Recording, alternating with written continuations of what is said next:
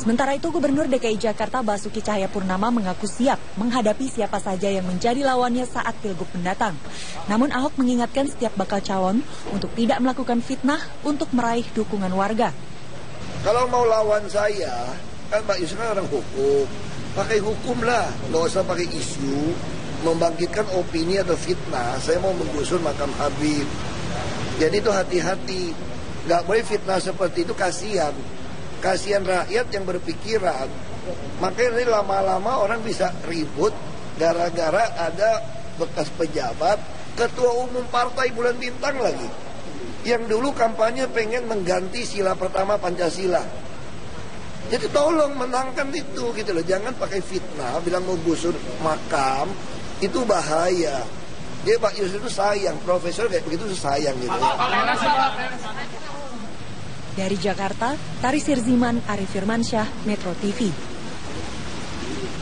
Teman-teman Ahok mengaku yakin mampu mengumpulkan 1 juta KTP demi mengusung Ahok maju sebagai Gubernur DKI Jakarta melalui jalur independen. Hal ini seiring dengan terus bertambahnya jumlah KTP warga DKI yang diterima relawan teman Ahok. Berdasarkan data dari situs teman Ahok pada pagi tadi, jumlah KTP untuk Ahok telah terkumpul sekitar 304.000 lebih KTP dengan jumlah per hari sekitar 24.000 KTP yang diterima. Relawan yakin dapat meraih dukungan besar dari warga Jakarta hingga mencapai 1 juta KTP yang nantinya akan diserahkan ke KPUD Jakarta sebagai syarat pencalonan Gubernur DKI dari jalur independen. KPUD telah menetapkan syarat minimum pencalonan jalur independen sebanyak 532.000 KTP. Relawan teman Ahok yakin dapat mencapai target tersebut hingga bulan Mei mendatang.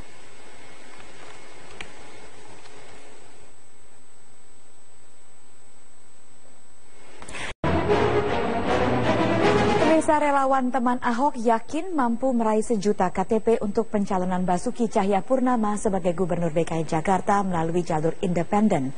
Teman Ahok akan menambah jumlah gerai di mal untuk menggencarkan pengumpulan KTP.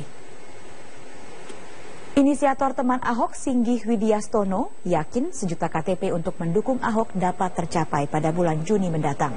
Hingga Minggu sore, teman Ahok sudah mengumpulkan lebih dari 300.000 KTP dukungan. Penggalangan dukungan KTP akan digencarkan dengan menambah gerai teman Ahok di mal yang tadinya berjumlah 14 gerai menjadi 28 gerai.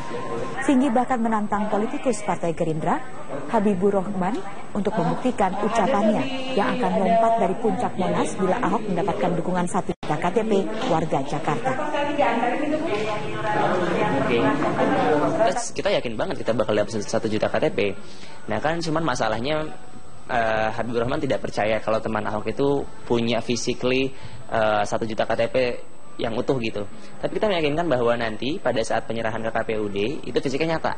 Sementara memang ini kan menyangkut privasi dari keamanan masyarakat yang menyerahkan KTP ke kita kan. Jadi tapi nanti kalau saat penyerahan di KPUD kita akan menyiapkan semuanya. Kita yakin banget gitu. Ya sekarang saya putuskan ikut teman Ahok sekarang. Saya nggak mau anak muda ini kecewa gitu aja. Ahok itu kan nggak punya partai, Ahok itu nggak punya teman, sedangkan dia dilawan gitu. Dan kita relawan memang harus membantu gitu kan. Akhirnya kita mendirikan namanya spontan aja, teman Ahok namanya. Nggak ada yang ditutupi juga kan. Kalau kita ingin menutup-nutupi hubungan, ya kantornya nggak usah di sini dong. Nah di sana tentunya sudah ada teman Ahok dan saya dikenalkan pada saat itu.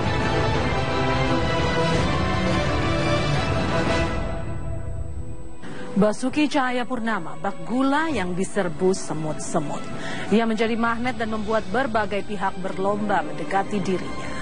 Terlebih sejak pria yang biasa dipanggil Ahok ini menyatakan diri akan kembali maju dalam Pilkada DKI Jakarta 2017. Dengan alasan tersendiri, sang petahana ini rupanya lebih sreg maju lewat jalur independen.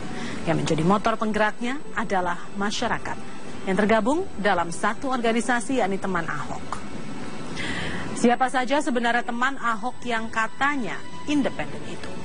Benarkah ada penggerak anak-anak muda yang tergabung di Teman Ahok? Dan dari mana mereka mendapatkan dana sedemikian besar hingga bisa menyewa tempat di sejumlah mal besar di Jakarta? Berikut penelusuran tim Realitas.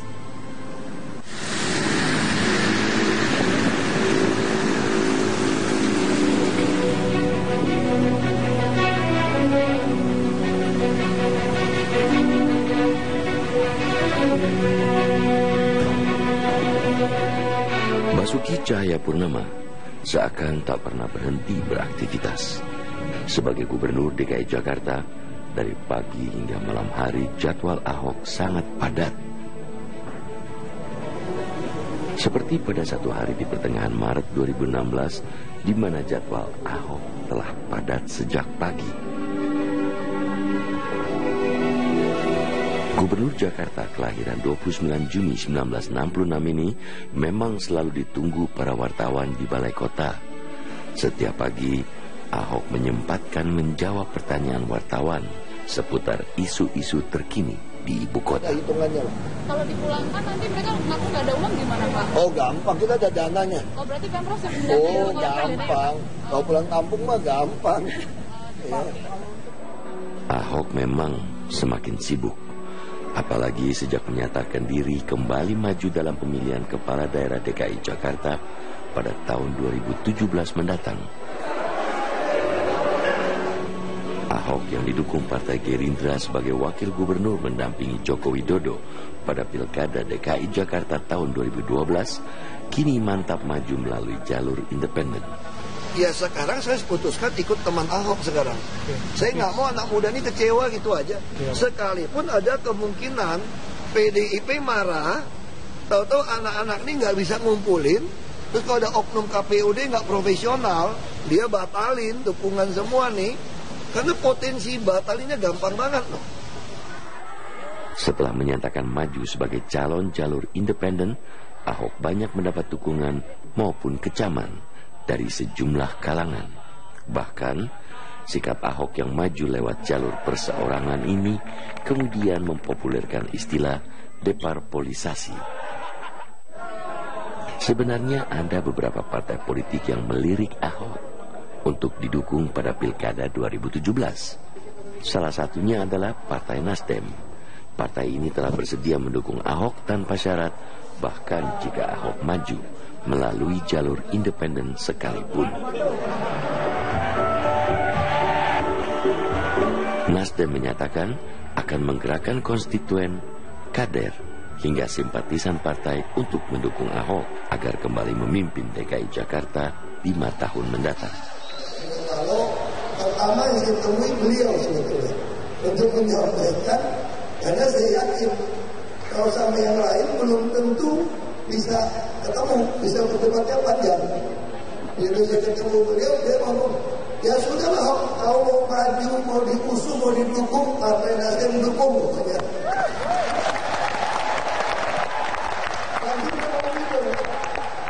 Terus ini yang saya pikir ini buat saya jadi gak enak hati tadi.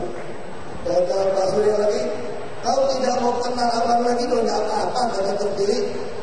Gak mau negor, gak mau ketemu, ya gak apa-apa. Yang penting Jakarta beres. Nah pada Bung Ahok, sebagai kakak saya menitip pada dirimu sebagai seorang adik. Kamu harus lebih hebat. Lanjutkan. Daripada yang berbicara ini. Nasdem bukan satu-satunya partai yang mendukung Ahok. Partai Hanura juga bersikap sama. Dan saya sudah konfirmasi waktu dengan Pak Gubernur. Beliau akan hadir bersama-sama dengan kita di kantor DPP untuk sama-sama melakukan deklarasi dukungan terhadap beliau sebagai calon gubernur yang didukung oleh Partai Hanura. Sejak menyatakan maju sebagai calon gubernur, Ahok semakin diburu pewarta, juga warga. Ia menjadi media darling. Apapun isunya, Ahok akan selalu dimintai komentar. Ahmad Dhani itu nggak kenal aku. Aku ini bukan belagu, cuma lugu, lucu belagu. Taksi Grab atau apalah, dia bikin sendiri gitu. Ini nggak mau lagi pakai ini. Boleh saja menurut saya. Berarti di Jakarta nggak ada lagi taksi resmi. Semua taksi rental perorangan, plat hitam. Boleh. Paling saya akan minta tempelin dong. Kalau kamu nggak mau tempelin, daftarnya siapa? Mobil siapa yang punya? Kamu kalau lihat Ibu Mega tuh kelihatan kok. Kalau dia lagi nggak demen ini, senyumnya beda. Kamu lihat aja senyumnya sampai.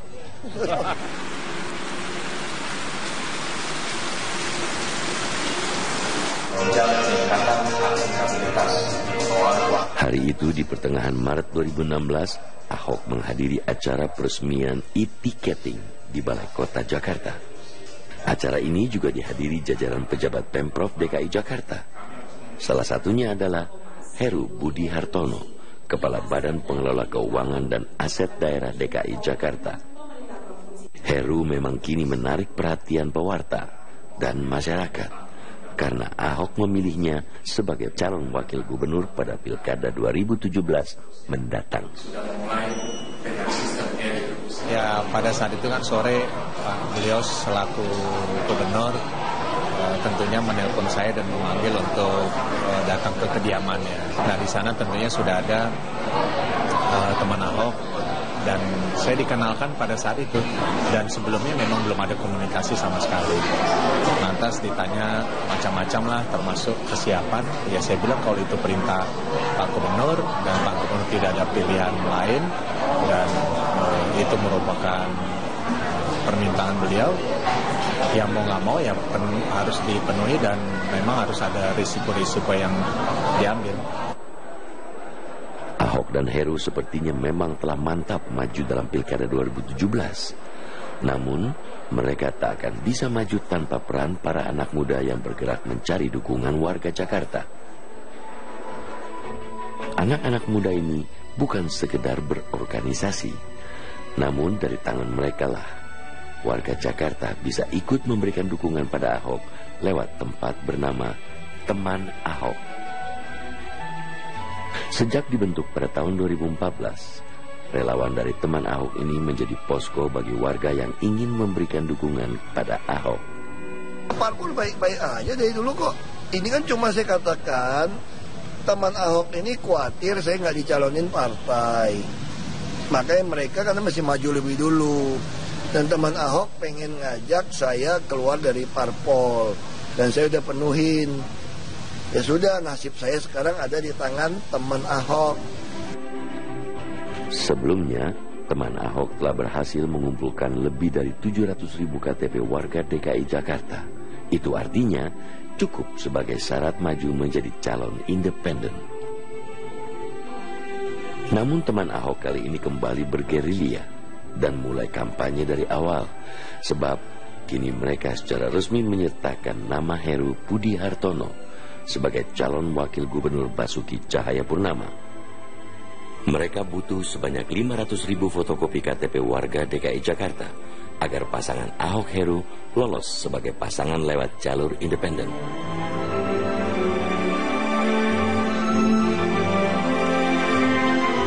Teman Ahok kini terus bergerilya untuk mencari dukungan agar meloloskan pasangan Ahok Heru ke pertarungan di Pilkada DKI Jakarta 2017. Siapa yang menggerakkan mereka? Dari mana mereka mendapatkan dana? Realitas akan segera kembali.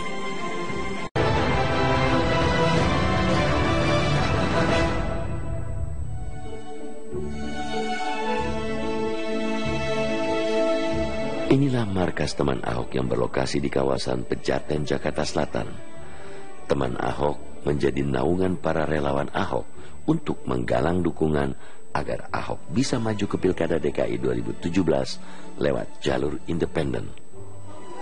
Lantai 1 gedung ini menjadi pusat komando pengumpulan dokumen dukungan bagi sang tuan rumah Jakarta.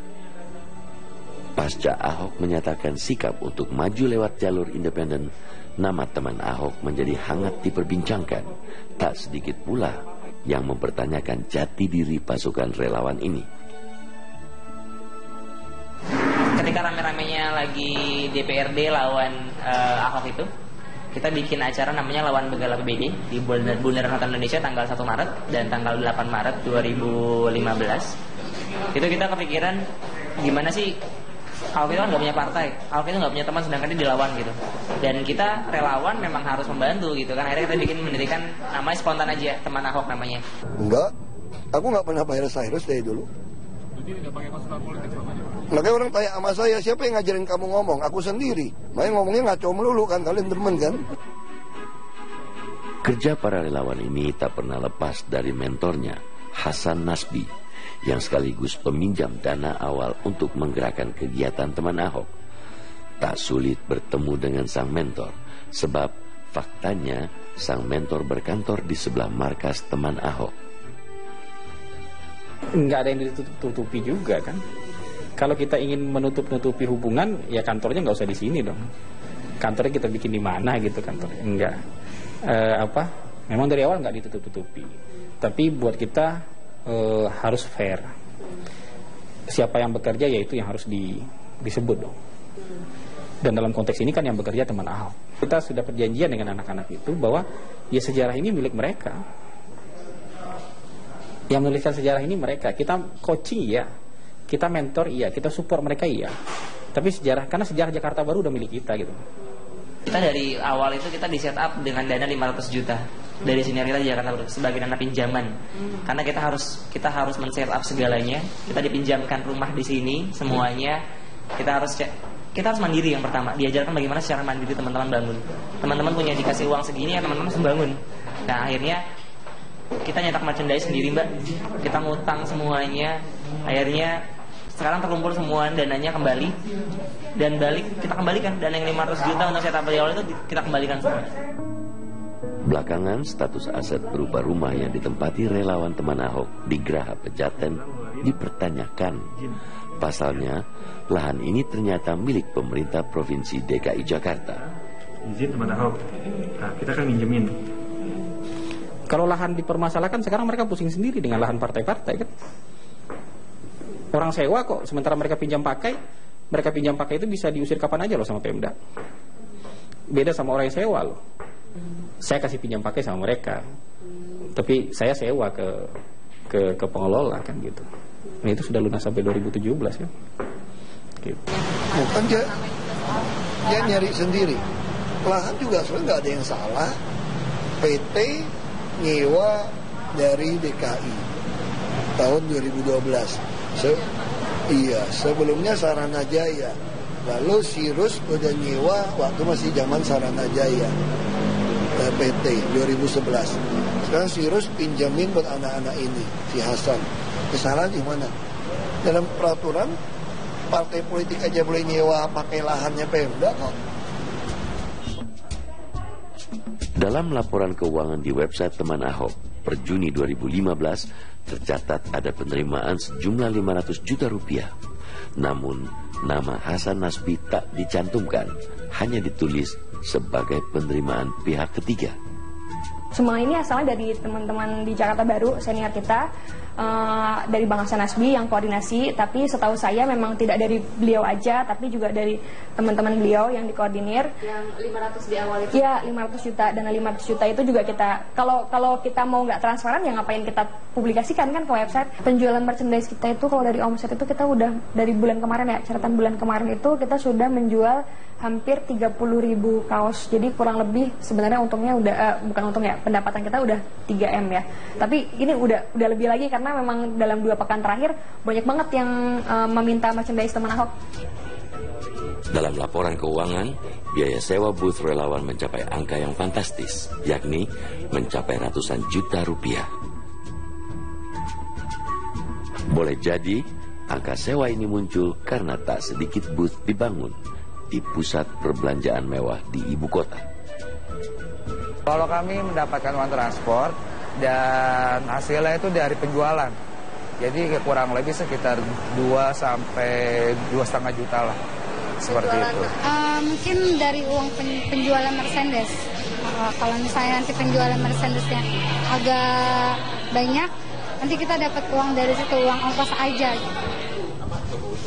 Fenomena teman Ahok ini memang unik. Ini juga diamati Kodari, pengamat politik dari Indobarometer. Memang yang menarik ketika bicara Ahok, ada kesan bahwa calon independen itu lebih terorganisir. Makanya kemudian muncul organisasi namanya Teman Ahok ya. Dan sifatnya lebih bottom up. Artinya ada proses yang terjadi di kalangan relawan, simpatisan dari Ahok yang kemudian mengorganisir dalam sebuah wadah yang namanya Teman Ahok. Meski demikian, fenomena Teman Ahok ini memang berbeda. Ini terlihat dari banyaknya masyarakat pendukung yang kini justru sukarela membeli merchandise calon. Padahal pada beberapa tahun lalu, partai politiklah yang membagikan merchandise calon. Ada pola yang berbeda antara calon independennya Ahok dengan calon independen di daerah lain atau sebelumnya, ya. Faisal Basri dulu misalnya tidak terlalu kedengaran ada satu katakanlah komunitas yang hebohnya seperti sekarang begitu ya. Fenomena teman Ahok memang menjadi keunikan tersendiri. Mereka berbeda, bergerak tanpa imbalan apa-apa dari sang petahana. Namun langkah teman Ahok bukan tanpa tantangan. Apa yang akan dilakukan para parpol dalam menghadapi fenomena teman Ahok ini? Realitas akan segera kembali.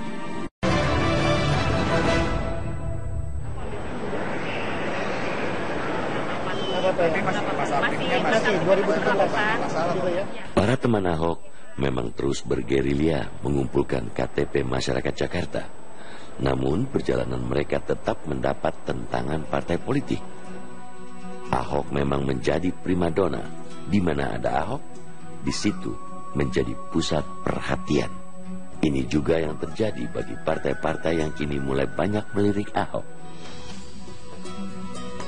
Partai PDIP yang menjadi pengusung wakil gubernur Ahok saat ini, Jarod Saiful Hidayat, sepertinya juga masih ragu-ragu mendukung Ahok atau akan mengusung calon lain di Pilkada 2017.